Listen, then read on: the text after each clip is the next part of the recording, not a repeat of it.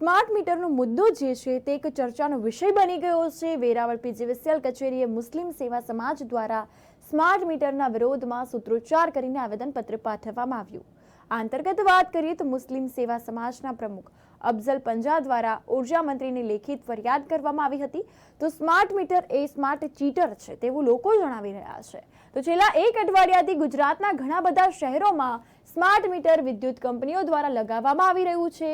ત્યારે ગુજરાતના ઘણા બધા જિલ્લાઓમાંથી સ્માર્ટ મીટર અંગે અનેક ફરિયાદો સામે આવી રહી છે અને ગુજરાતના લોકો ખૂબ મોટા પ્રમાણમાં આ સ્માર્ટ મીટરનો વિરોધ નોંધાવી રહ્યા છે।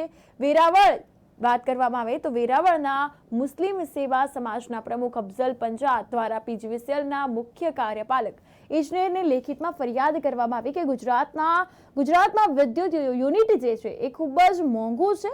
વિદ્યુત યુનિટ દર જે છે તે ખૂબ મોંઘું છે તેવું કહેવામાં આવ્યું છે અને તેમાં પણ સ્માર્ટ મીટર લગાવવામાં આવે છે તે ખૂબ જ ઝડપી ગતિએ દોડે છે અને ખોટું મીટર રીડિંગ બતાવે છે, જેથી લોકોના ખિસ્સા પર ખૂબ મોટું બોજ વધી જાય છે અને આજે મોંઘવારીના યુગમાં સામાન્ય લોકોનું બજેટ વિખેરાઈ રહ્યું છે અને લોકો પોતાના જીવન જરૂરિયાતની ચીજવસ્તુઓ લેવા માટે પણ ખૂબ મોટી તકલીફ ભોગવી રહ્યા છે। તેમાં આ સ્માર્ટ મીટર એ ચીટર તરીકેનું કામ કરી રહ્યું છે તેવું ગુજરાતભરના જિલ્લાઓમાંથી ફરિયાદ આવી રહી છે। ત્યારે વેરાવળ મુસ્લિમ સેવા સમાજના પટેલો દ્વારા અને વેપારીઓ દ્વારા એ માંગ કરવામાં આવી છે કે આ સ્માર્ટ મીટરની કામગીરીને હાલ બંધ કરવામાં આવે।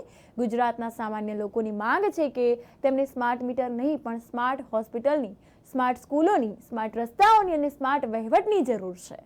આ સ્માર્ટ મીટર લગાવી લોકોને ખૂબ મોટા પ્રમાણમાં વિદ્યુત કંપનીઓ તકલીફ આપી રહી છે, જે ખૂબ જ અયોગ્ય બાબત છે તેવું કહેવામાં આવ્યું છે અને ખૂબ જ નિંદનીય બાબત છે, જેનો સૂત્રોચ્ચાર કરીને વિરોધ પણ નોંધાવેલ હતો। આ તકે મુસ્લિમ સેવા સમાજના પ્રમુખ અફઝલ પંજા, જાવેદ તાજવાણી તેમજ ઇકબાલ બનવા, નગરસેવક ગુલાબ ખાન, અલ્તાફભાઈ ચૌહાણ, વેપારી આગેવાનો તેમજ જુદી જુદી સમાજના પટેલો અને વિસ્તારના રહીશો હાજરી આપીને વિરોધ નોંધાવ્યો હતો।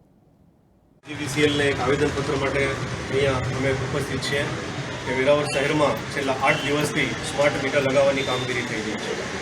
આ સ્માર્ટ મીટરનો ગુજરાતભરમાં ઠેર ઠેર વિરોધ એ નોંધાઈ રહ્યું છે, ત્યારે વેરાવળમાં પણ આ સ્માર્ટ મીટરની કામગીરી છે એ શંકાસ્પદ લાગે છે।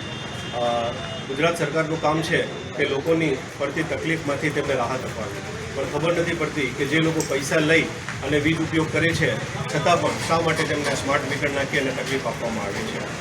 દિલ્હી જેવા રાજધાનીની અંદર વીજ જોડાણ લોકોને ઘણા બધા યુનિટો ફ્રી આપવામાં આવે છે, પણ સમગ્ર ભારતની અંદર જો સૌથી મોટું અને મોંઘું વીજ જોડાણ આપવામાં આવતું હોય તો એ ગુજરાત સરકારમાં છે।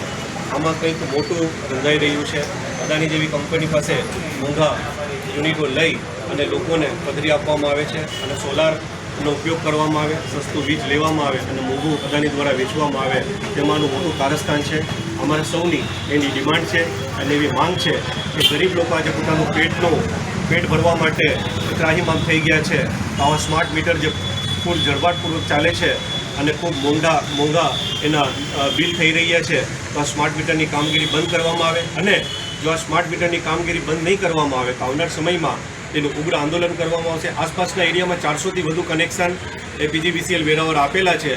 જો એ આવનાર 10 દિવસમાં આ કનેક્શનને નહીં હટાવે તો અહીં કચેરીએ અમે સૌ ઉપવાસ આંદોલન કરીશું। આજે કેટલા લોકો આવ્યા છે અને કાળી પટ્ટી ખાસ કરીને ધારણ કરીને આવ્યા છે, વિરોધ કર્યો છે, શું કહેશો?